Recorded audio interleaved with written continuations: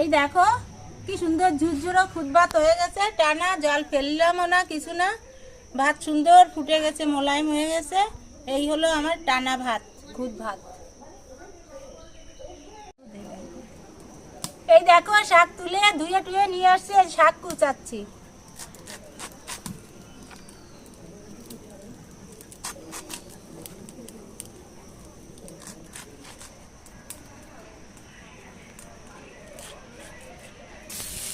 এই দেখো খুদ ভাত দিয়ে খাওয়ার জন্য পেঁয়াজ ভাজা করছি।